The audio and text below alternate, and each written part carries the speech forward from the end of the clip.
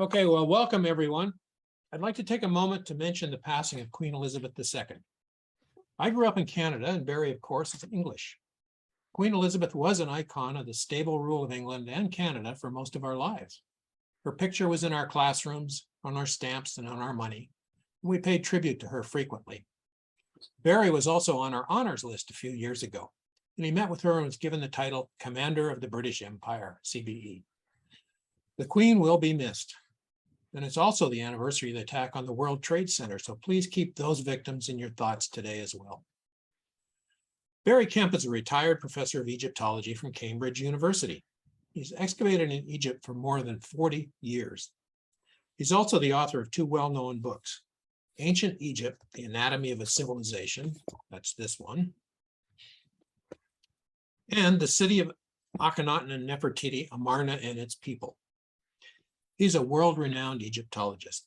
His wife, Miriam Bertram, is also an archaeologist who works with him at Amarna. They live in Germany during the time they're not in Cairo or at Amarna. The Amarna Research Foundation was created 30 years ago after our founder, Bob Hannawalt, was given a tour of Amarna by Barry, and he saw the need to donate money to help conserve the site. We've given a grant every year since then for the excavation equipment, reconstruction supplies, analysis of artifacts found, publication support, and the employment of local labor to help excavate and conserve the site. We've also supported other scholars at other sites for Amarna period excavations and conservation. Donations through our organization are tax deductible. Now I'll turn it back over to Jill. She can check the people out there, and we'll let Barry get started with his talk. Oh, one more thing. The TARF organization has some really cool journal out there every 6 months. And Barry wrote a really interesting article about what happened to Akhenaten after Akhenaten died. So if you subscribe or join the organization, you get the journal. You weren't showing up. Oh, I wasn't. Okay. So hang on a second. I got a few more.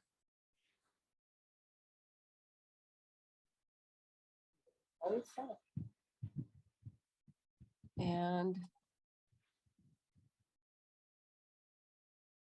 let's see.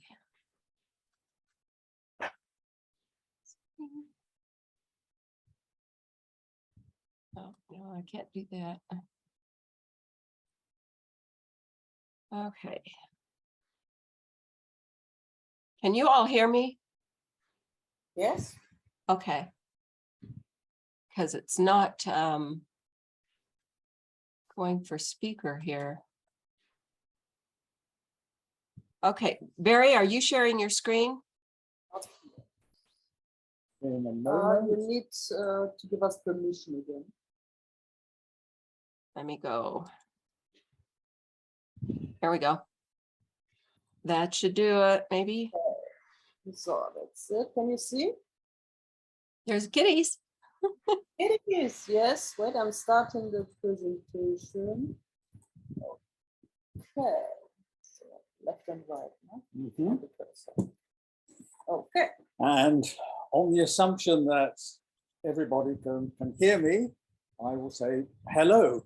I know all you folks are in, or most of you, not all of you, are in Rocky Mountain time, and it's midday on Sunday, but here in Cairo, it's a warm evening at 8 o'clock in the evening. But I know there are some people from other places as well. The picture you're seeing is actually a screensaver, but it does show the Amarna Expedition House with its alternative occupants. And we're in Cairo at the moment, but on Thursday morning, Miriam and I and two other members of the expedition, Fabienne from Marseille and Katerina from Cologne, will be driving in a minibus first to Minya to deal with the paperwork, clearance to start work, and then as fast as we can, driving on to Amarna to occupy the exposition house and say hello to the cats and also the people who are there as well. And we'll be starting autumn season. And if all goes well, we'll be staying there and then returning to Cairo on the 5th of November. And after the screensaver, this is the formal picture which announces the title of the lecture. And I'm starting with a perhaps over-romantic recreation of Amarna by Paul Doherty, 3D expert in visualizations, who the last few years has started to do regular work for us, which greatly enhances our ability to present our results in an intelligible way. This is his latest version of Amarna itself at sunrise. And over on the left, here is the place I'll be talking about during this lecture, the great Aten temple with its gigantic and very largely empty enclosure, the stone building that is at the front, that's the main building that I refer to as the Long Temple, because that is what it was, it's a long temple. And also the strange collection of over 900 mud brick offering tables that were recorded there in 1932.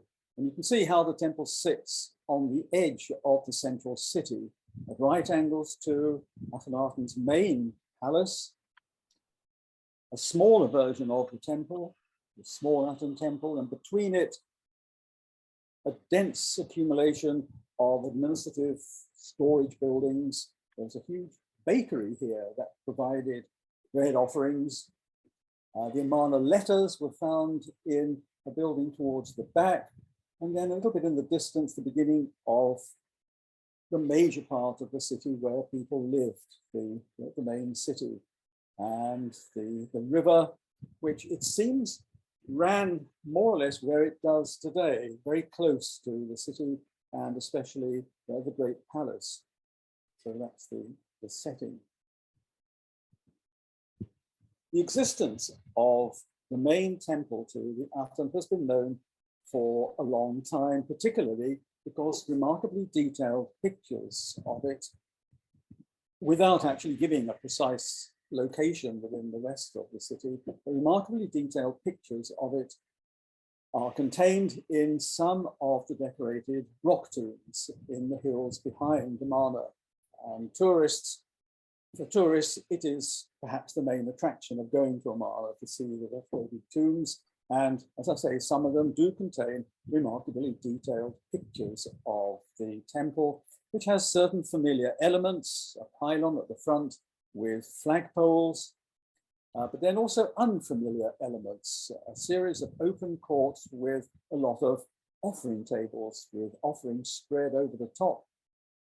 And as if to fit in nicely with the picture I've just shown you outside the outline of the temple, the offering tables continue. Here they are, also with offering stands, emphasizing, illustrating nicely the fact that the proper way to honor the Aten, the proper way to organize a cult of the Aten, to please the spirit of the Aten, was to pile up food offerings and also drink offerings, presumably every day. Nothing tells us how often it was done, but the offering tables filled with food, well provided, are such a prominent feature of the artistic representations of the temple and its cult as to suggest that this really did happen.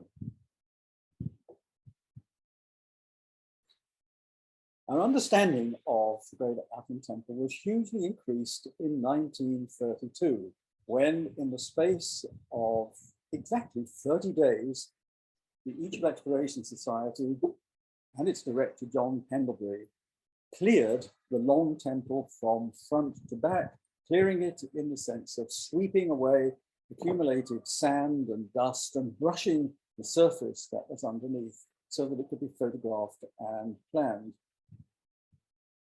In the years following the death of Akhenaten and the end of the Amarna period, the temple, along with all other stone buildings at Amarna, was systematically demolished right down to the foundations. The stones were prized up and carried away to other sites for reuse as cheap building material, many of them going across the river to the site of the city of Hermopolis, the city of the god Thoth, where many hundreds of them were found before the Second World War by a German expedition from the museum at Hildesheim. The reason you can see something flat and clean, which actually has a lot of detailed marks on it, which when planned, actually give you the plan of the temple. The reason that this is there is that it's a characteristic of Amarna stone buildings that before any stones were laid down, the ground was cleared, flattened, and a thick, strong layer of concrete was spread.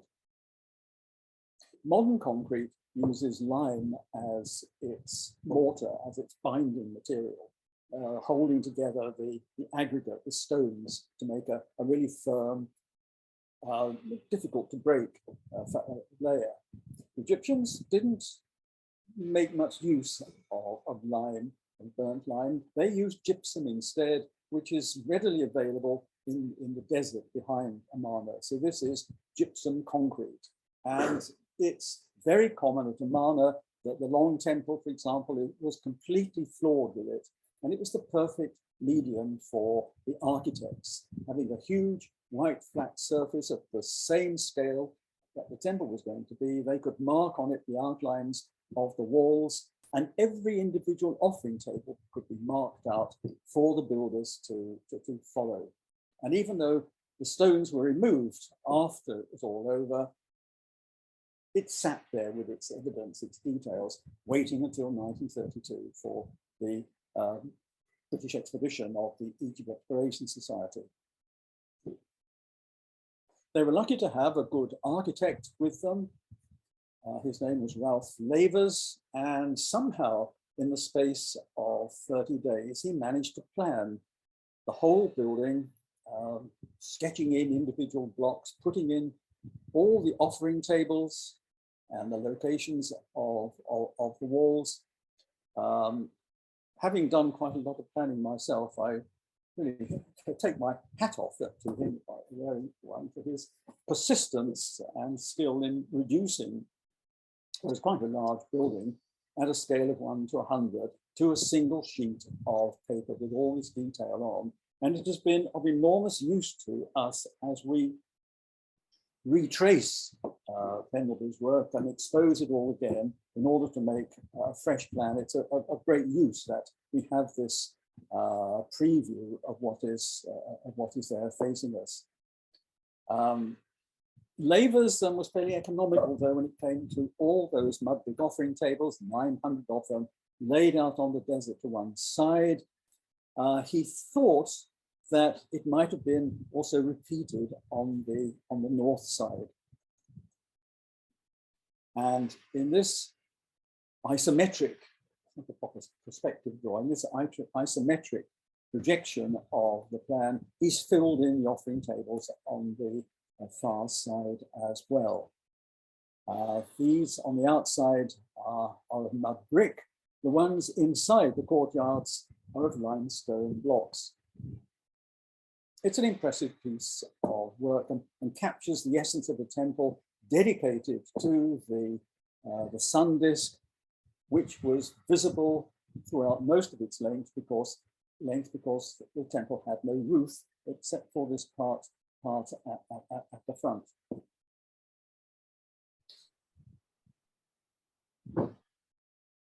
And on the basis of the work of Pendlebury and Lavers, in the 1990s, I was involved in a project to create a model of the city for an exhibition called Pharaohs of the Sun, which began at the Boston Museum of Fine Arts and then visited other museums and finished up actually at Amarna itself. In a way, it came home and is in the visitor center at Amarna to this day.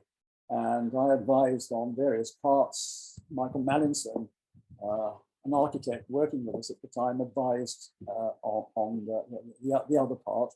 This was a bit of my advice, and I followed Pendlebury's description and plans carefully. And so you have this separate stone temple with its offering tables inside, and outside this field of 900 big offering tables, generally giving the impression of Akhenaten's obsession with offerings and raising questions: how on earth could it have worked? How could people, maybe once a day, who knows, have filed through the gaps between the alleyways between the offering tables, bringing in food? We know where the food came from. I showed you that area of service buildings to the south, having to walk quite a long way, a roundabout way, to get inside. It's a little bit hard to visualize it happening.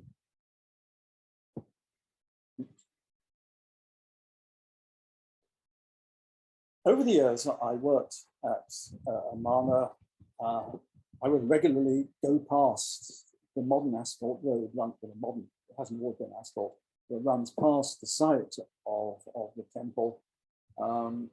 Increasingly thinking what pity it was that there's nothing to see of the temple. You can go to the tombs and see these wonderfully detailed drawings of what was then called the House of the Atom, and since Pendlebury's day it has been called the Great Atom Temple. You don't get any idea that massive detail, this great monumental building was there. The reason being, of course, that all the stones, all the really visible, useful evidence had been taken away long ago at the end of the Amarna period. And it grew in my mind, wouldn't it be nice to have something more for people to see? But there was another reason also, which became increasingly prominent. I applied for and gained permission to start work of clearance at the Great Atom Temple in the spring, or for the spring of 2012. I made a visit to Amarna, a private visit, 2 or 3 months before, and was really surprised, shocked really, to see this going on. You can see where the temple is running along here. This is a modern building at the back of it, and that's the axis of the temple. And then over here on the left, on the north side, is the main modern cemetery for the nearby village of Till, with a space left between the two. But here is a large modern tomb enclosure, which has taken a jump to the north, a jump closer to the temple itself. And you can see the danger that's there, that if this starts a trend, very soon the cemetery as a whole will not creep, but stride towards the temple. You may think this is an example of illegal encroachment upon government land that belongs to the Antiquities Service, but in fact this isn't so. The boundary between the land of the Antiquities organization, now the Ministry of Antiquities, and the local council, which owns the cemetery, is not clearly marked. And there's been, I think, just an optimistic interpretation of where the boundary line should be. The family that's going to have this tomb enclosure made, they have approached the local council, have paid a lot of money for the land, and it is legally theirs. And it will be there to serve the family burials for a long time to come. But it was really a bit of a wake-up call to me that we need to do something to mark the boundary more thoroughly. And the answer that we followed is to rebuild the northern wall of the temple itself as part of a plan to rebuild the whole temple, not to any great height, in fact, to no more than one conspicuous course of stones just above the level of the desert. But that should be enough to mark what is government land and what is outside the government land. And that's become a major part of what we've been doing. Archaeologists love periods and phases and events. They love to, I say they, but I'm part of it as well. to subdivide their findings into discrete units, and in particular to arrange them chronologically. And this is about as near a perfect picture as you can see of two archaeological periods, two phases, which illustrate some of the features that we've been looking at in the picture so far.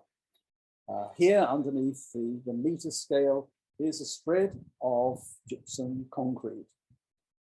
It has been the foundations for stone blocks. Every stone block used at Amarna had the same dimensions. Each was 1 cubit long, that's 52 centimeters. And here you can see impressed into the mortar, which was spread over the concrete, a pattern of the blocks, which had later been pulled up and removed. And this is an important part of the stone temple. It's part of the concrete foundation that Ralph Lavers, the architect, had planned, although a little bit too quickly. So this is the, if you like, the phase 2, the second phase. But look, it's sitting on something else. Underneath it is a layer of sand, it's about 20 centimeters, which was deliberately put down. And underneath that, buried by the sand, and rather helpfully for us, preserved by it, is a thick mud floor, which had itself been whitewashed. You can see some of the whitewash coming along here, and mud bricks in position.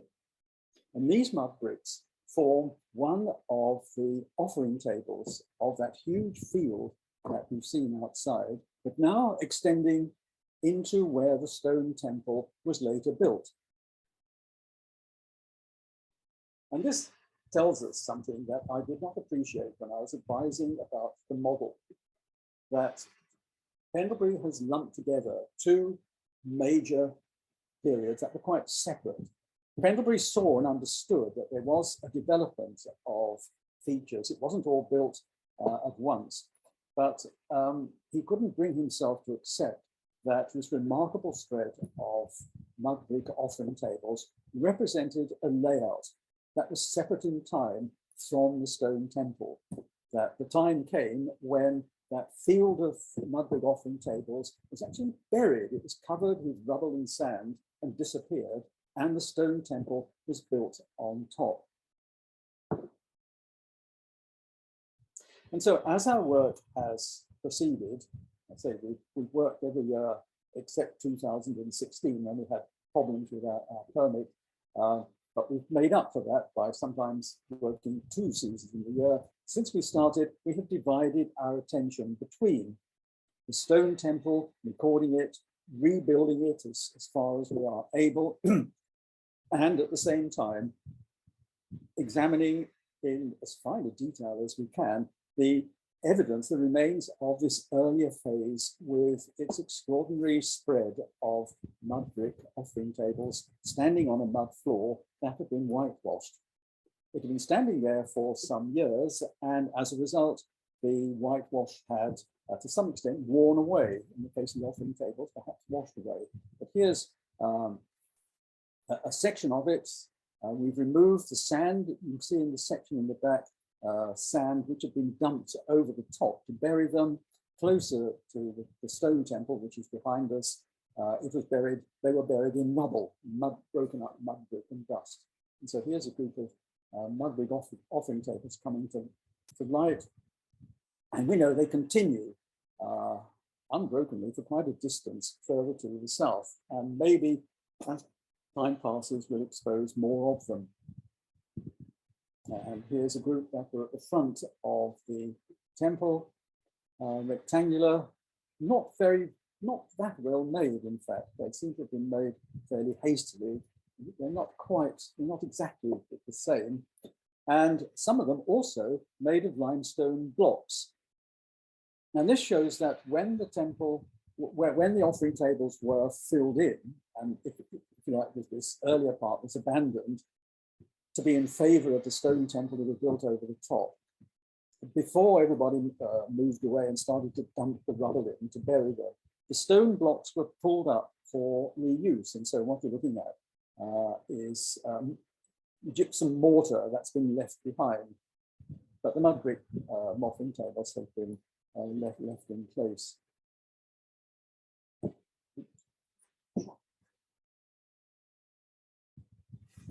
I'm thumping my computer too hard with my fingers. And so what we've been looking at in terms of this earlier phase, the mud brick offering tables all around the south, around the front, and that odd one that was underneath the gypsum concrete. Actually here, this is the ramp that had been built over the top. So we know the mud brick offering tables were all around here, and there were some around the other side as well. And it's part of a huge space that never had substantial buildings put on it, except for this separate sanctuary building at the back. But most of this great space surrounded by a mud brick enclosure wall has been left empty. It's been marked out very early in the occupation of the city. Why is so much space there? Why wasn't it filled in? Conventional temples from the New Kingdom and other periods have the surrounding space of the main stone building filled with storerooms, administrative buildings, even small palaces. But here, most of the space has been left open. And gradually, as time permits, we are examining these flat areas to see if there are traces of the activities that took place there. The last time, the latest examination was in the autumn of last year, when we did a small excavation at the gateway at the back. Canterbury had noticed it and spent one day clearing it. We put a small team of people with Fabien Balestra in charge to find out what the gate looks like. Here it is. And it's part of a pattern of evidence that we're gradually accumulating as to what might have been taking place. Primarily, the evidence relates to, not surprisingly, offerings, meat offerings, bread offerings, and also incense to accompany the offerings. Yes, and this is the result of Fabien's work last autumn. You can see the mud brick enclosure wall coming through the area of excavation. Very often, major mud brick walls in the New Kingdom had buttresses or towers on the outside, but until now, the enclosure wall around the Great Athens Temple appears to have had a plain facade. At least where this little gateway was, it's not a big gateway really, it was flanked by two mud brick, very shallow towers. The reading of the plans, the pictures, is distorted a bit by the fact that over the years, people have driven trucks across the gateway, and you can see the tire marks that run diagonally across it. The edge of the gateway is really from here to here. This is very degraded sandstone, probably from a stone threshold that ran across. And it looks as though there might have been a shallow ramp running up, the sand held in by walls on either side. We've uncovered the one here and the beginning of another one here. Where the brickwork the wall has gradually fallen down and decayed, so it has left a layer of mud brick rubble, which has helped to preserve a mud brick floor that's underneath. This is Fabien's plan of the wall and the gateway. The yellow is the sandstone or from must have been a threshold that ran across. And you can see the modern tire tracks. And on the inside, there's these irregular patches of the mud floor, which have been protected by the collapse of the brickwork. There are also lots of little pits that have been very carefully recorded, each one excavated in the search for anything that might be inside.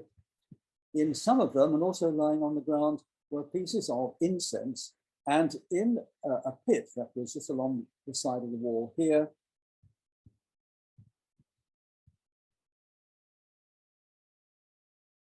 yes,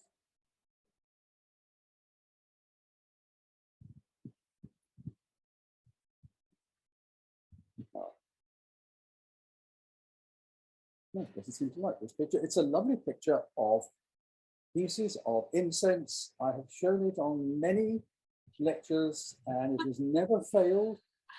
But it won't stop me talking. These are not lumps of incense. This is incense that has been liquefied and poured through a strainer, which then dried and become quite brittle. It looks like brown, shiny, rather amber colored vermicelli and has broken into small pieces. We have found this kind of incense elsewhere in the temple. And here it is inside the gateway.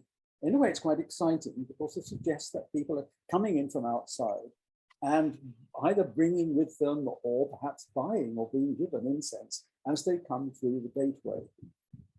It starts to enhance a narrative that's been growing in our minds that all this open space is really there for, it's a place for a great congregation of people from the city to come and participate in offering ceremonies over a large area.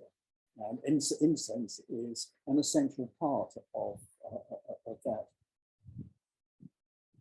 Well, moving on, when we start up again in roughly 2 weeks' time, Fabien will be set to continue his work here, looking again for more clues as to what might have been, how this area might have been used. And within the area, you can just see very faintly a rectangular trench.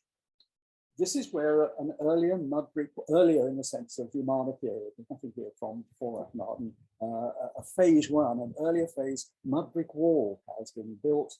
The bricks have probably been removed in ancient times in the Amarna period, and sand has flown into the trenches. And it's remarkable to think you're looking at something that happened 3,500 years ago, and it's still visible. It's a remarkable tribute to the way that the desert can preserve evidence.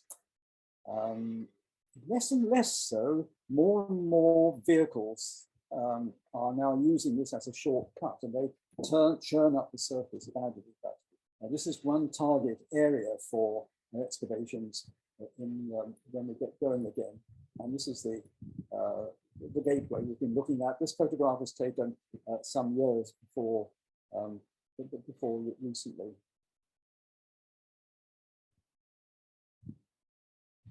And it's this area over here. Now I want to move on to the stone temple itself. In the early stages of the excavation, all of the walls that became part of the stone temple, all of the walls were built in foundation trenches. And when the temple was demolished, the stones were lifted out, leaving the trenches open, filled up with sand. But there was a time when the trenches had been built, the stones were being stacked inside, and it was necessary to pack material around to fill the gaps between the new stonework and the edge of the trench. And at this stage, a piece from a broken pottery jar, storage jar, fell into the trench. And remarkably, it preserves an ink hieratic label.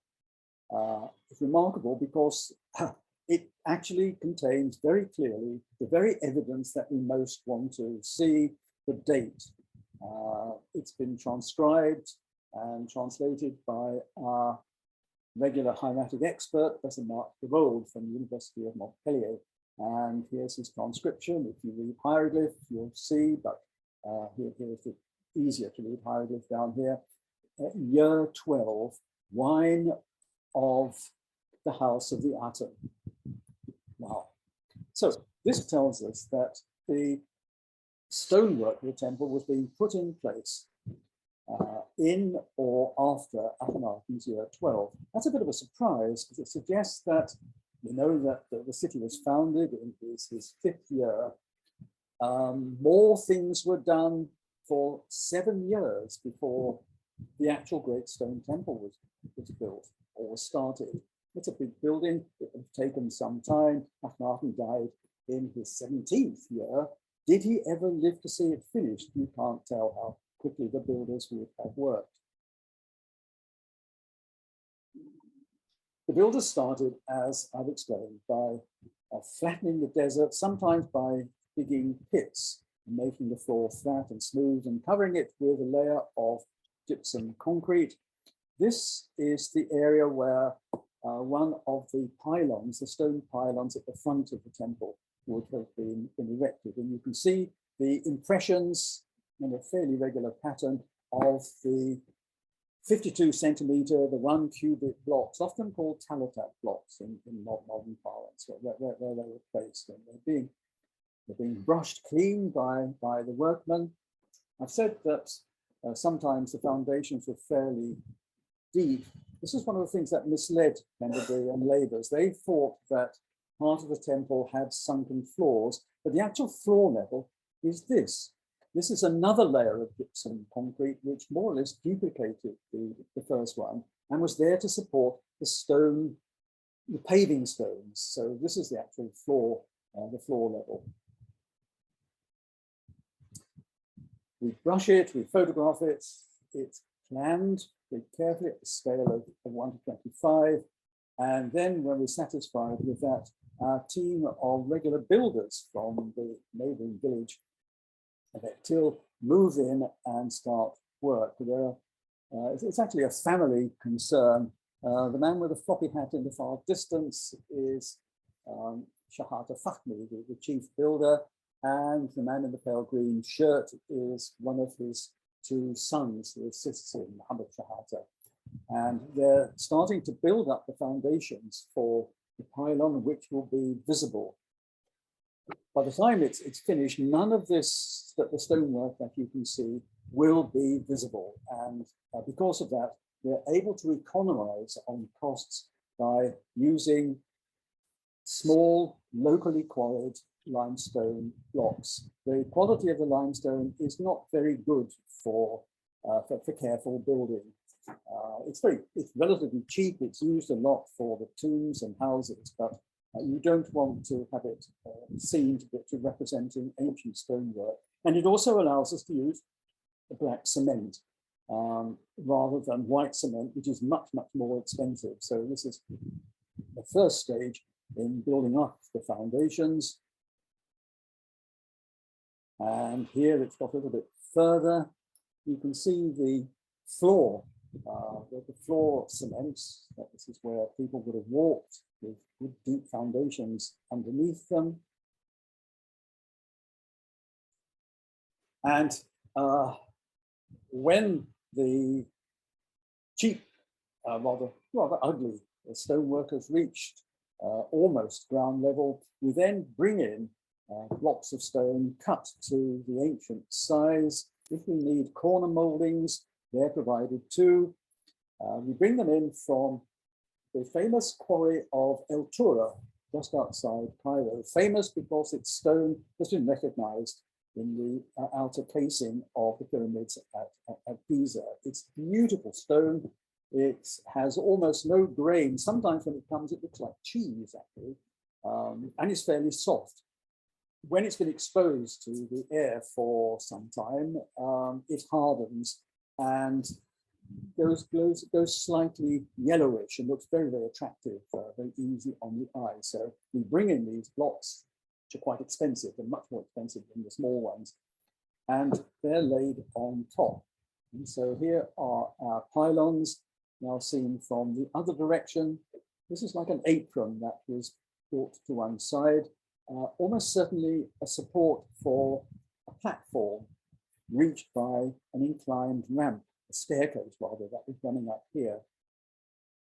But here are the pylon stones, the stones set in white cement, and gradually everything mellows from dust and sand and sunlight and starts to look a harmonious color. Of course, the original temple would have been very brightly painted, but after a while also the colors would have been muted by dust and the sort of oxidization of the stonework.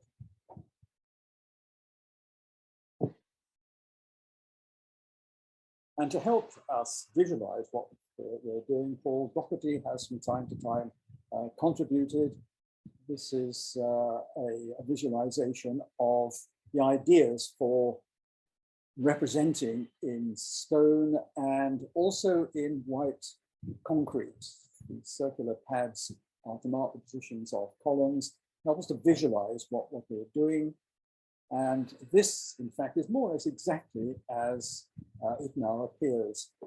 The strip down here was the foundations for a long stairway that led up to a platform, which must have been set between the pylons. This caused a little bit of discussion, of the controversy at the time, because the pictures of the temple that are in the tombs show a platform with a staircase, much smaller than this, in the middle of the first court. Whereas here it is, right at the front. I don't think there can be any doubt that this is what this long foundation was for. We know from many sources that at this time, and also earlier periods, when formal staircases like this were erected, the stairs were flanked by wide balustrades, or at least wide support for balustrades. And the balustrades themselves in the Amarna period were made very expensively from hard stone. When Egyptians were working hard stone, they weren't using mallets and chisels, they hammered it, an extraordinarily laborious way of working stones. But it seems that balustrades of hammered stone, maybe granite, maybe it's a sort of marble-like limestone, maybe quartzite, that they were put in place. I worked out that really there are one or two complete balustrade blocks known, not specifically from the temple, but if they all had the same size and filled the entire length, there'd be about 100 of them. The amount of work that would go into that would be enormous. Very few have been survived, however. They have survived, whereas the limestone blocks that built the temple were taken away and reused for cheap building material. All this beautiful, laboriously made hard stone was just broken up. So we have large quantities of fragments of balustrades and stelae and other hard pieces, statues as well, but very little in the way of larger pieces. And the numbers of pieces tell you that we're looking at only a tiny, tiny fraction of what must have been made. A lot must have been disposed of. Anyway, we've marked the intention by putting in on either side of the balustrades foundations, on either side 2 granite pieces. This is genuine granite from Aswan. It should be a bit higher, but it seemed a bit optimistic that tall, thin slabs of stone would remain intact over a long period, and so we've made them shorter for protection. And here's Paul Doherty contributing again, starting to fill up the background with full-size architecture. And it leads one to imagine the temple pictures in the tombs, including the royal tomb, show an important moment, not surprisingly, in the temple day was the moment of sunrise. And so the sun is streaming down the temple, and one is led to imagine Akhenaten accompanied by Nefertiti and daughters climbing up the very shallow steps to the top to greet the sun. And here it is in part of a full-size reconstruction. And he'd be looking, he and his family would be looking out along the axis of the temple, lined with more offering tables, with a rather more special private part of the temple at the end of what is really a processional way. And here we are again. And to introduce the dramatic moments, the very moment of sunrise, Paul has turned the lights down. And here's the sun coming up. Of course, the sun doesn't rise in the same place every day. Every day it rises along a course that takes it from roughly here to here, and then in the second half of the year back again. So only on 2 days in the year would the sun rise exactly along the temple axis, but that may not have troubled modern people become a little bit too focused on the solar cycle,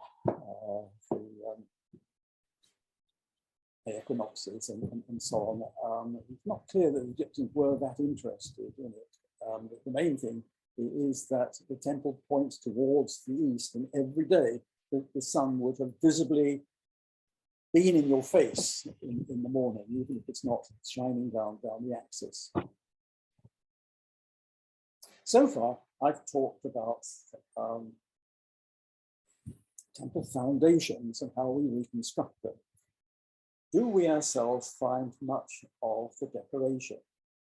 I said that the blocks were very thoroughly taken up, pulled down, and carted off the site for reuse.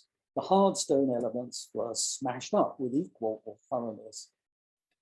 But nevertheless, removal wasn't total. We have a lot of fragments that have broken off blocks as they were pulled down. But the last time we worked in the spring, we did find one almost intact block, although rather an odd one, which had been fitted into an internal corner and therefore is L-shaped. So this is one face. And the other face is coming towards us at 90 degrees. This surface has not been altered. It's just picked up. It's become slightly damp over the years. There was a certain amount of rainfall at Amarna, so it's become a little bit encrusted. But here is undamaged. It's a sun ray. It's one of the Atom's rays coming down and starting to develop into a hand with fingers. Now turn it through 90 degrees. And you're looking at part of an area of decoration which featured the royal family. Here is the back of the head of a princess. This is a shoulder, and her waist is starting to appear here. And above is the end of a column of hieroglyphs. This is a sun disk.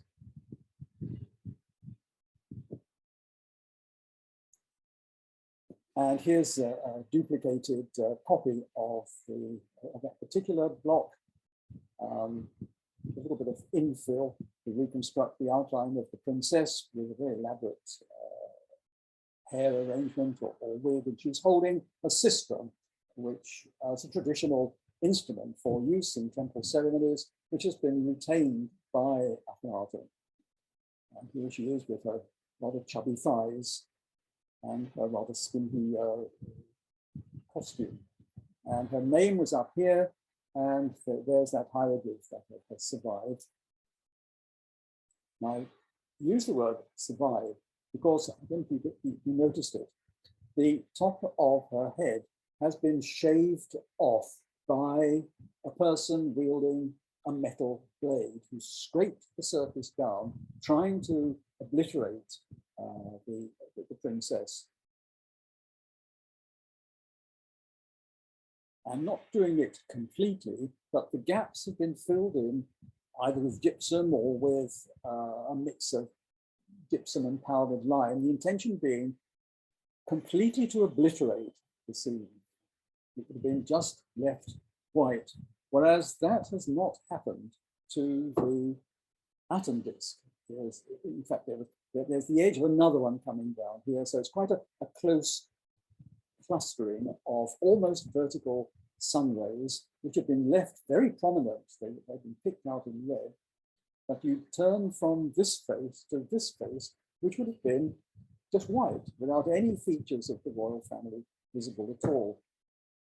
And we found a second block, not quite complete, where the same thing has happened. It's been scraped down, removing hieroglyphs with little bits of the hieroglyphs then filled in with paste. Some of it has fallen out, and here's a copy of what was left. And when Mark the Bold saw this, he immediately recognized something that we failed to recognize. Here's the name of the Princess Ankh-Sen-Pa-Aten, born to the great royal wife. So we've got a nice identification of a member of Akhenaten's family, but also reduced to a plain white surface. And this is an attempt, not by me, to reconstruct the setting. Here's the block, and these blocks are quite small, so it would have occupied a very small space in a wall that may have been 6 meters high. This is the doorway into one of a large number of little rectangular rooms that were at the back of the temple, each one containing one offering table, or in some cases a group of 3. And here's a priest who's coming in. And I've taken as my reference motif a scene that's carved on the balustrade block from an Amarna building, not necessarily the temple, which was found reused across the river at Hermopolis at El Ashmunayn, and it shows the royal family. I've scaled it up rather. It's much bigger than the original block. It shows the royal family with the disc up here, and some of the rays coming down almost vertically, a very, very steep angle, and I've transferred it here, but have imagined all parts of the royal family and inscriptions that refer to them scraped off. So the man that's in here carrying out the cult of the sun would have been making his offerings to representations of the Aten, but on its own. There's no Akhenaten, no Nefertiti, and they have not been replaced by the name of another king. It's just white space with the Aten coming down. Now I said no king, no, whoever did this, whoever was the ruler, evidently didn't want to be named or represented himself. But we do have a later name from the Great Aten Temple. It's a small block found by Flinders Petrie when carrying out a small excavation at the Great Aten Temple in 1891-92. It says towards the front, but in fact those mud brick offering tables were the real front of the temple, and the offering platform and the staircase, etc. Where they were located. He found this block. This is the drawing he made in his publication. The block went to the Ashmolean Museum at Oxford, and recently they sent me a photograph of the various faces. That's the top, and one face shows garments, male garments. It's more than one man standing here, presumably a priest and attendant, and at right angles on this face is the cartouche that contains the praenomen of King Horemheb. It's not the corner of a building. It may be part of the door jamb for a doorway. It's a very valuable reference point. It tells us that the Great Aten Temple was recognized as being of sufficient status to have some additional work done, which honored King Horemheb. So is this the time when this alteration, this revision of the decoration was taking place? This is an attempt to put some chronological scale into the picture. Here's Akhenaten's reign. The city is founded in his 5th year. He dies in his 17th year, so after spending 12 years here. The short, difficult period that people argue over, Smenkhkare, was Nefertiti, a ruling female, and so on, followed by, but almost certainly a very short period, Tutankhamun, short period for I, and then Horemheb begins his reign, minimum of 15 years. Some point in here, work was done on the Great Aten Temple. The building of the sanctuary at the far rear of the big enclosure, I've not really mentioned it. We ourselves have not done work there, but the Egypt Exploration Society did find more fragments with the name of Horemheb, including a small sphinx.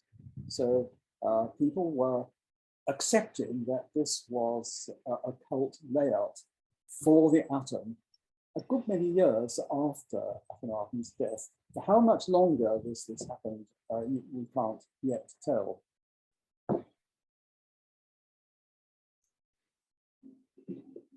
The work that we have been doing in the last few years, we've left off doing the rebuilding work at the front pylon and the column bases and so on. And we've jumped to the back in between, building the wall that links the two parts to act as a barrier. This photograph it was taken by, we used to run a helium balloon over the temple from time to time with a camera attached. This was taken in 2012, in fact, the very first season, and shows the back of the Pendlebury excavation pit.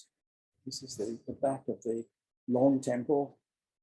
And underneath the sand is yet more of gypsum concrete. And you can see how close it is to the modern cemetery that's filled up with extraordinary density. It's a nice piece of modern hierarchy too. Ordinary families are, everyone has to buy their plot, are buying modest sized rectangular plots and creating the little sets of burial chambers, burial places for maybe half dozen people.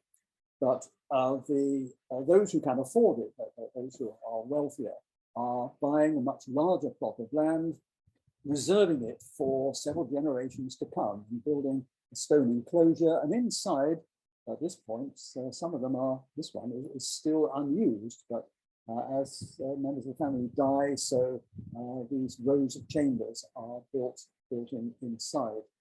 And what is in fact separating the cemetery from the Pendlebury excavation are Pendlebury spoil heaps. That's what these heaps are. They are helping to protect the site. And local people being very busy. This is actually a building site. They're making mud bricks because the new tombs are not only of stone, some of them are of mud brick as well. But in the last few years, so we've moved our building work and reconstruction work from the front to the back. And we've been clearing and planning and started to restore this area at the very back of the temple. And here's a huge area of the gypsum concrete, now cleared once more of its sand. Comparing it with the photographs that Pendlebury took, it hasn't really changed. It's remarkably well preserved. These big holes, these big gaps in the concrete were there when he worked there, and it's probably deliberate damage from immediately after the demolition of the stone walls. Here you can see very clearly that the positions where individual limestone blocks, talifat blocks, have been pressed down. All of this needs to be planned. We still do it the old-fashioned way with tape measures. We have a total station which marks specific points so that we keep the whole plan in line. But for the small detail, most of the planning, it's still done with tape measures, scale rulers, pencil on drawing film. And this is mostly done by Juan Friedrichs from Argentina, who comes each year and is a great enthusiast for Amarna buildings, Amarna art, and is also a fine draftsman. So here's Juan in charge of what he's surveying, literally. And these limestone blocks are in fact holding down tape measures. Sometimes the wind blows a bit, so you want to keep your tape measure taut, and the stone blocks are there to hold the tape measure down. And there was a point last time when Juan had finished the area at the back. And it's planned at 1 to 25. And the drawing film isn't big enough to cover the area of the back of the temple in one sheet. And so he's worked in a series of sheets, and here they're all laid out, being put together. And here is Juan and Miriam and Fabienne, who was working at the back, and Anna Hodgkinson, one of the assistant directors who works on it within the city itself. Very interested in the ancient glass industry.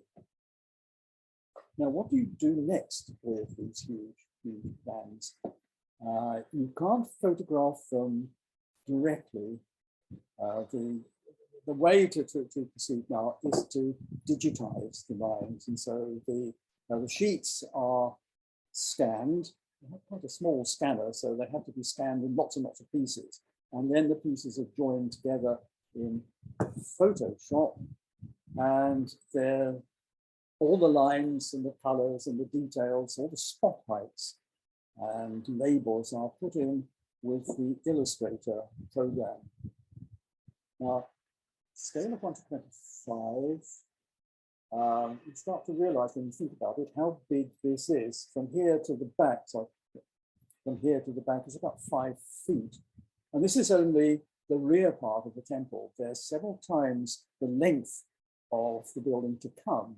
And Juan will be resuming his planning work in 2 weeks' time. What do you do next with it? You can't expect it to be printed on paper and folded. It would be far too expensive and unwieldy. If you try to reduce it, then a lot of the detail just vanishes. It's lots and lots, for example, of spotlights that are here. And the way I visualize making it available to the public is through the internet. We have a good website, and that rather than work on a book-like publication, I want all the illustrations to be in color.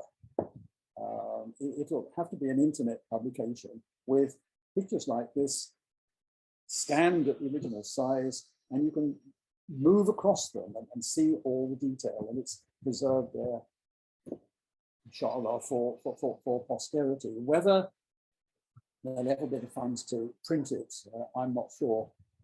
Although the Ministry of Antiquities takes a good traditional view of publications. They assume that foreign missions will publish in the form of printed books. So perhaps when the time comes, I'm working now on the text of a monograph. I'll be able to have at least 10 copies printed, presentation copies printed for the Ministry of Antiquities, and perhaps a few libraries. Now, of course, once the planning is finished, once it's all photographed, we can turn the areas over to our eager builders. And the same procedure is followed as I showed at the front. We start with cheap blocks from the local quarries. It's almost a case of flagging down a passing lorry loaded with blocks. All the time you see on the road trucks, big articulated ones, quite small ones, with a load of a few thousand of these going to a particular destination or just there for sale. So it's very easy to buy them, and they're relatively cheap. And so we buy them, and the builders lay them along the lines that have appeared on the gypsum, of course, filling in the gaps. They've become, well, the chief builder in particular, Mohammed Shahata, has been very good, has become very good at interpreting what is there on the concrete and what you can complete by just joining up the lines. And we're there most days to offer guidance. And so here, part of the rear has been laid out. This is a wall. The space that this will be built up perhaps some cross walls will be put in, but the spaces between these individual lines of blocks will be filled with sand. And then at the top, our beautiful Tura limestone blocks will be laid. This is where, according to the tomb pictures, a much larger offering table was situated. This one had its foundations completely removed, but there's another one to the south. It's partially preserved, and I haven't quite decided yet how to mark it. It was probably finished in granite, and perhaps the thing to do is to build a platform of limestone blocks, and then perhaps have a layer of plain granite blocks on top to show that this was of particular importance. And over here you can see it's like a demonstration area was completed with the full limestone blocks, and a couple of individual offering tables put in place. And in the spring, the builders really got their teeth into it, and built up lots and lots of the offering tables, as well as some of the walls at the back, with the cheap, never to be seen blocks, and the part that will be seen covered with the Tura limestone blocks set in white cement. This is the space that's been left for whatever we do about that unusually large offering table. And when we start in about 2 weeks' time, this is what we'll be building onto. This is the site on the last day of the work. This shows how far the builders have got. We were keen to make best progress possible with offering tables, but of course this leaves still the walls that separated them to be put in, and then this layout is more or less exactly repeated, like a mirror image over here, so lots and lots to be done. The plan I was talking about that you showed, Juan had drawn it, and I digitized it, is this area, and it more or less has to be duplicated on the south. So a very great deal of work to be done. Now, cost is quite an important part of all our work. I've emphasized that a lot of the building work is done with these cheap blocks set in black cement. Because they are cheap, they'll be buried in sand. But the limestone blocks from Tura are much, much more expensive, and we've started a scheme of sponsoring offering tables. People can make a donation, in effect, to buy the completion of an offering table, and we produce, well, Miriam produces a certificate with their name and any dedication on it, rather nicely printed certificate. Their names are written on the underside of the blocks themselves, but the certificate is then put inside a glass tube, and that is buried. It's a time capsule, buried in cement to make sure that people don't think there's something valuable there, and they can lift up the stone blocks on the top and pull it out. And here is Hamachahata covering a time capsule with cement. And this is the address. If people wish to be part of the Great Aten Temple physically, get their name actually within the building, this is the place to go to. So I'll leave that there for you to make a note of it and memorize it, and at the same time tell you that that is actually the end of my lecture. Thank you very much for your attention. Thanks, Barry. That's not a kind of question. Thanks a lot. That was great. So do we want to pause the recording or leave it? Yeah, pause the recording. Don't need questions. So I have questions in the chat, 1 or 2 here. I'm going to stop the recording. Okay. So we just had a question that were the tables low on the ground, or was something else on top of them? And Barry said that they were about, probably originally about waist high from the tomb pictures. Another question is, what does it cost to build one table? Oh, well, this is one of many special areas of Miriam. Miriam will just explain the pricing. Okay. So hello. So the cost we've calculated for one offering table is about 100 euros, which at the moment is more or less $100. And it includes about 100 of the cheap limestone blocks that we buy locally, the black cement, sand for the fill, metal rods for stabilization, plus 6 Tura blocks on top, and the time capsule. And you can send us any message you like, either as a JPEG or PDF. And the entire process of putting the message in the time capsule and putting the time capsule in the offering table, covering it and its location in the temple with its unit number will be sent to you afterwards. So we can all go visit and find our table. Yay. Now we already had one. She's a member of our German association, and she visited the temple and she got special permission to visit her offering table, and she sent us a picture sitting on it. And it was really cool. Yes, it was just about a month or so after it was finished, and it's a nice experience then for people if they come there and they actually see their offering table with their dedication and maybe leave a small offering on top when nobody's looking. Well, our plan is to visit ours one of these days before too long. Too. That's right.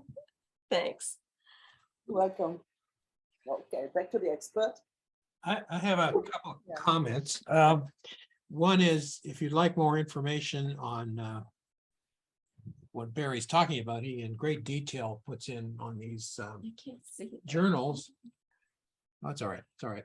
On the journals that we publish, quite a lot of detail on how he arrives at all this information. And I find it quite fascinating this is cutting edge research, because nobody really knows what happened at Amarna after Akhenaten left. So everything that's uncovered is leading more to the solution. Barry, do you want to unshare your screen? And then we'll have everybody's picture on the front. Oh, yes. I didn't realize he was There we go. sharing. Yeah. Another comment, Barry, when you mentioned about what to do with the scale of all detailed drawings, I guess I could point out that the Oriental Institute's answer was to create huge folios. So I guess that classically, when you look at detailed drawings like this, one of the things they did is they created very large sheets of paper with more detail on them. So if you want to create some kind of printed copy for the antiquity service, I guess it would have to be in that super large format. So, Oh, yes, yes. I know it's possible. I think Chicago is one of the few, the Oriental Institute of Chicago is one of the few institutions anywhere which can undertake that kind of funding. In the earlier days of archaeology in Egypt, the Deutsche Orientgesellschaft and Ludwig Borchardt were able to have beautiful, large, very large printed plans. If you look at the publication of the Abusir pyramids, they have large folding plans. But there are few institutions that can do that at the quality as well that's needed. I guess you could also use virtual flying around, looking at things and zooming in, in the drawings, if you could do that on the internet. Oh, yes, yes, yes. Anyone else have questions?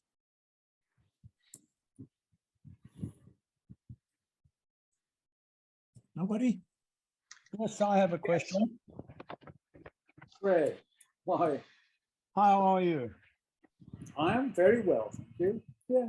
Thank you so much, and thank you to all the others for the supreme efforts they make to spread your gospel. And I do have a question, and I hope it's okay to take it. You do mention in the article that's just been mentioned that the reason Akhenaten was considered a criminal was because of his actions taken against Amun, correct? I think I can't remember what I said. I was probably saying that it's generally thought that this is the case, but I'm not sure that really it's likely. It's Okay, I think it is quite difficult to be sure why the people who took over, who were of course military men, why they were so intent upon destroying his memory. And the style of the style of art that he adopted must have made a lot of people uneasy. It is different. It is awkward from like the perspective, the point of view of somebody brought up in classical ancient Egyptian art. But Barry, what about his change in religion too? Because he completely eliminated the afterlife. Even that's not clear. He may have done that for himself, but in one of the tombs, locked into the Amarna, it's in the through. You have in the little burial chamber at the back, the little sort of offering chamber at the back, a picture of all the detailed funerary equipment that's got to be going to accompany him, including a chariot. The opening of the mouth ceremony was performed over the dead at Amarna. And what's the point of doing that unless you think that the spirit of the person is going to come alive again? The evidence for so many things to do with Amarna and its history is not consistent. You can read more than one story into it. And it could be that inconsistency is such a natural part of life that with a fairly large population, you really can't expect, unless people are absolutely fanatical, things to be equivalent. There's that's a case from the excavations at the cemeteries that Dr. Anna Stevens has been continuing to do. Decorated coffins. There are two styles of decorated coffin. There are coffins which have a new style of decoration in which there are no gods at all. Not even really much about the atom. They show human offering bearers, presumably members of the family, making offerings to the deceased. But there's at least one coffin, it may actually be two, where the old animal-headed gods are present. And the coffin where this was first established was found a very short distance away from one of the new style coffins, as if you had a choice when you had your coffin made for your recently deceased relative. You had a choice. Do we go for the new godless style, or do we have a dog-headed god there? So this is the kind of inconsistency you have to bear in mind, and not everybody is thinking in exactly the same way.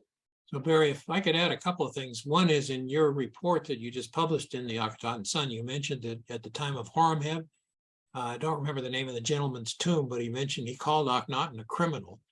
I mean, that was a direct quote in there. No, that's a little bit later still. That's that it's a Ramesses II tomb, and he's the text looks back to the time of Horemheb. But yes, it is difficult to get all the evidence to illustrate a single agreed theme. Well, another thing in Akhenaten and the Religion of Light, which is that Hornig, I guess, is the. He points out that one of the strange things about Akhenaten's beliefs was that, yes, there'd be an opening of the mouth ceremony, and yes, you'd come to life again, but you wouldn't actually go to the field of reeds. You would kind of hang around and come back to the offerings left at Akhenaten. Yes. Doesn't sound a bad life. Instead of the field of reeds, you've got the Great Aten Temple filled with food. Right. Terry, before I lose this is taking it all literally, and it's hard to tell how literally the Egyptians themselves took it all. Before I lose you, I want to follow on from that point you make about the inconsistency. And so at some stage, I guess Amun was rehabilitated as state god in Karnak, but what I was interested in is why, after that period, was his name, if he was rehabilitated, not used in the names of so many pharaohs? All the Ramesses used Ra in their names, Ramesses, and you also get that inconsistency in terms of Neferure rather than Aten being added to the name of the girls, the daughters. So I wonder if the reason Akhenaten was vilified and, as David has pointed out, considered the criminal of note from Amarna was not because of Ammon at all, because the evidence doesn't present that Ammon was rehabilitated with all the names of Ra, but instead was because he had destroyed the economy by sending all the offerings to Amarna and leaving certainly the temple at Karnak without their offerings. So I'm asking you to perhaps confirm the inconsistencies there about Ammon being rehabilitated and whether there weren't additional reasons why Akhenaten was considered that criminal. Yes, in Ramesside times, the god Amun was rehabilitated in a huge way. If you go to the temple of Seti I of the Abydos, in the back of the main hall, there's a series of shrines for individual gods, a whole separate wing for Osiris. But the shrine in the center of Seti I's temple is for Amun-Ra. So even at the cult center of Osiris, Amun is given a place of priority. And but only one of the inside places there where he was honored. There were others as well. And yes. why would Ra be so prevalent in the names of the pharaohs if Ammon was considered back in shape? Well, the name Amun was used in some of the second cartoon's names of those pharaohs. Mary Amun is that's more an epithet, isn't it? sorry? Isn't that more an epithet rather than when you see Amenhotep first, Amenhotep the second, the third, the fourth, and then you had Akhenaten, and then after that you have Seti and Ramesses. Now, there must have been about 7 or 8 Ramesses. I would have expected Ammon to feature in the names again as the main name. Yeah. I can't answer that. That is how they were. And then you have Merimna. Let's move on. I've got another question here, Barry. It says, I know from someone that, Dana Ivy, I know the concentration has been on the Great Aten Temple, but have remains been found of the audience window? The window of appearance. There were several windows of appearance at Amarna. It seems in general in the later New Kingdom, more or less everywhere where Pharaoh went and had perhaps quite a small palace, there would be a window of appearance. You can identify 2 or 3 at the North Palace, which were quite small. The main one, I've concluded in the end, was right smack in the middle of the Great Palace. And it wasn't only for audience. There's an inscription from the time of Fallen Head in which he rewards the soldiers on duty, his officers, with food handouts through the window of appearance. It's not just a place of audience. There may have been even one at the Great Aten Temple, but before the big stone building was constructed. This piece of work that Miriam did halfway through our period so far, finding post holes from a little wooden palace, which had a platform with captives on it. There might have been a window of appearance there. It's hard to be sure. So. I have another comment here that says Horham Head building, when many historical accounts say he was destroying, is going to be interesting to see how it plays out. Yes. Well, it's also the case that some of the reused blocks from Amarna buildings, these Talatat blocks, which were taken across the river to the city of Hermopolis, they were reused in the foundations of a new temple being built by Horham Head. So leaving the Great Aten Temple as a going concern may not have typified all of the stone buildings. Maybe he demolished the Great Palace first and reused those blocks. There is still so much that we don't know, and it's very hard to work with the Hermopolis blocks because most of them have no context. But a few were found by the British Museum expedition in the 1990s, clearly in the foundations of a Horham Head pylon.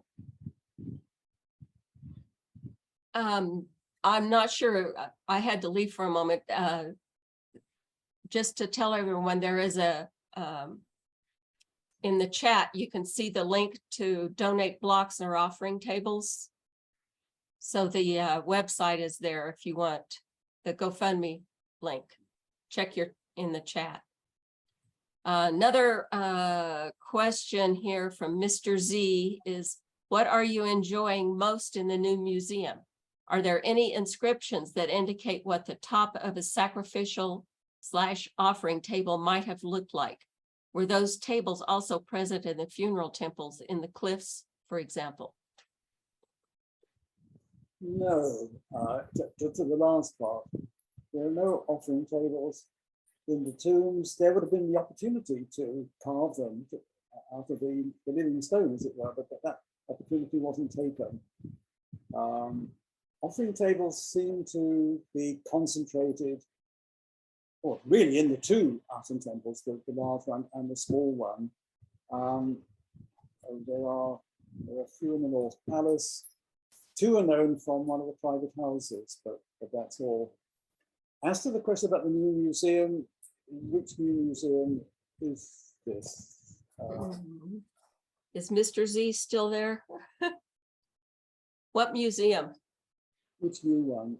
The gem, maybe? Oh, the gem. I don't know. I haven't been inside. But yes, there is a debate ongoing amongst us. Christian, who's in the audience, is part of it. Marcia, who at the Metropolitan Museum is another member. Amarna has produced, including at the Small Aten Temple, a number of blocks, mostly of granite, with inscriptions around the sides.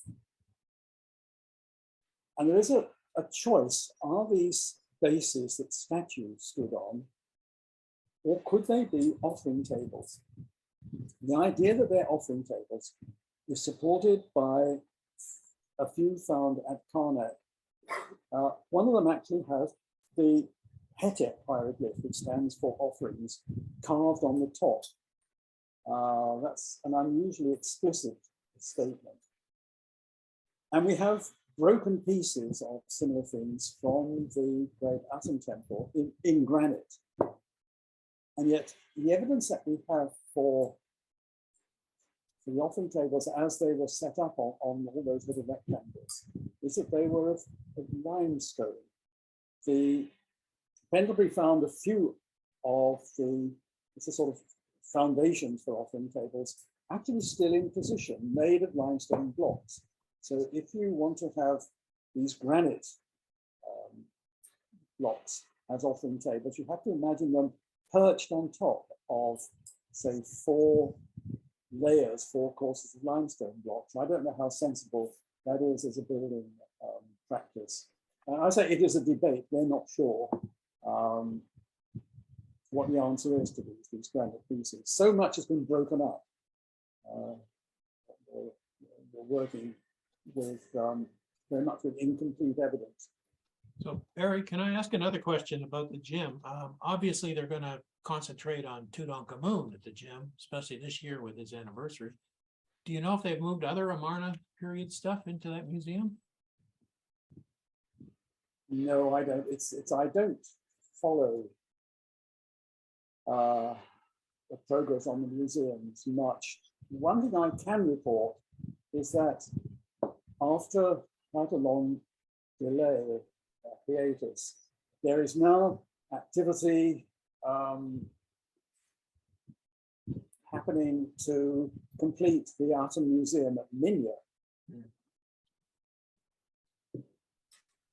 This was being actively built and planned right up until the revolution of 2011. And for a short time, I was actually on the committee. But the problem that was emerging is that given that the Outer Museum in Minya is so large, it really demands large pieces, but the amount of large sculpture, which is what we're talking about in the end, of the Amarna period in Egypt, isn't all that great. You can think of the statues from Karnak, but they belong to Karnak. There are, of course, the hundreds of Talatat blocks reused at that El Ashmonaim, which is stored in storerooms on the site itself. And there was talk of moving them all to the Outer Museum in Minya, which itself has huge storerooms, but that wouldn't really help much in making large imaginative displays. And at that point, when the revolution took place, the work on the Outer Museum at Minya stopped. But I think now there's interest in completing it, but how they will fill the spaces, they may decide to make the museum not just for Amarna, but to illustrate the archaeology of Minya province. The archaeology of Minya province is very rich. There are lots and lots of sites.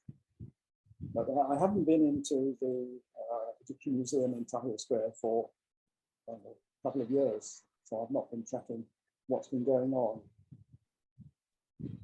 Life's too short. Dick, did you have a question? Yes, excuse me, I did. Barry, this is Dick Harwood. Yes, Good to, it's your silhouette. well, it's good. Yes, I've got Darkness. my window behind me. I apologize that. As always, excellent lecture. I had a couple of questions, sort of a multi-pronged question about the Great Aten Temple, particularly the rear entrance. I couldn't see the scale. How wide, go through a few of them, how wide is that rear entrance to the west? How wide is it compared to the main east entrance? Were there other entrances on the side? And my question really is, how did they get all of the food offerings into the multiple tables inside? Were the east entrance and the west entrance used to bring food offerings in? Are they wide enough for maybe 2 cars? Oh, yes, they're quite wide. We all asked, I think, at some point the question, were there entrances on the south side? Because that on the south side is where the storerooms and the kitchens, the bakeries were. Offerings presented inside the temple are very likely to have originated from buildings that are quite close on the south side. And the logical thing would be that there would be entrances, one or more entrances along the south side. But the none of the archaeologists who worked at Amarna have done serious excavation along the wall. The wall is in good condition. It's a huge job to do that, to look for entrances. The most likely one is towards the back, but on the south side, not far from the official house of Parnesi. The reason for thinking this is that Parnesi was in charge of the cattle and grain of the Aton, and around his house were a lot of cattle bones from excavation. And you think then that the cattle would be taken into the temple, slaughtered, the meats then partitioned, and the bones would be left as debris, which would then be carried out again and dumped outside Parnesi's house. And not far away from his house, there's a place where a lot of broken statues and other sculpture were found, and also a lot of broken pottery bowls which contained incense. So a doorway in the southern wall, more towards the back of the temple, is very likely, but Frankfurt and Pendlebury worked there, and neither of them cleared the wall in a consistent way. There's no plan, there's no photograph. Aerial photographs don't identify one. You'd only know if you carried out a modern style excavation. It's quite an undertaking. I know that Fabienne, who's sort of taking over this work at the back, is quite interested in this question. So Barry, what about using We're a long way away from the bakeries that are further to the west. Barry, what about using ground penetrating radar along the top of the wall to see if there's any gaps? Getting that kind of equipment into Egypt and working with it, getting permissions and so on, I know from the past is quite an administrative undertaking and also an expensive one. And the ground penetrating radar, it was used during a field school just before the revolution, produced very disappointing results. The remote sensing equipment that is much more useful is magnetometry. But again, it's a matter of permissions. And magnetometry, the problem with all of these remote sensing things is that you're looking for contrast in materials. If you've got mud brick here and stone beside it, you'll get a sharp image which tells you of two different materials. But if you have a mud brick wall which is buried in the debris of the same wall, there isn't really much sharpness that you'd expect. And my guess is that whatever you did, you get some hints, but it wouldn't be a substitute for excavation. Okay. Part of the trouble also is you can tell this from the aerial photograph. We've got very good aerial photographs of the wall, plus an area that was excavated at the front pylon. It does seem that, I guess over a very long period of time, people living in the villages, it could be in late Roman times, it could be in more recent times, the Middle Ages, used the brick walls as quarries. They took out the mud bricks themselves, and they must have dismantled the walls down to a certain level where the sides of the wall had lots of debris heaped against them, and then they quarried down. And so the wall has long, quite deep pits in the middle of the wall, which is going to disrupt images you get from remote sensing. Okay, anyone else have questions? I think we're good. Thank you, Barry. That was really fascinating. See you all again. And it's good to see all you folks. Yes. Well, we'll be thinking of you whilst we're out there in the sun. Hopefully we'll get to come visit. Yeah, oh yes, we do, yes. Oh yeah. Okay, thanks for everyone for coming. And I'm going to end the meeting and stop the recording. And I'll say also, just quickly, thank you, Amarna Research Foundation, for all the support you have given over the years, and I hope will continue to give. Thank you very much. And thanks to Jill and David for organizing. That's right. everything. Yes. Thank you so much. You've been lovely hosts. You're welcome. Thanks, everybody. Till next time. Till next time. Till Come next see time. us, Barry See you. and Miriam. Come Bye see us. bye. See you. Bye, all. Bye.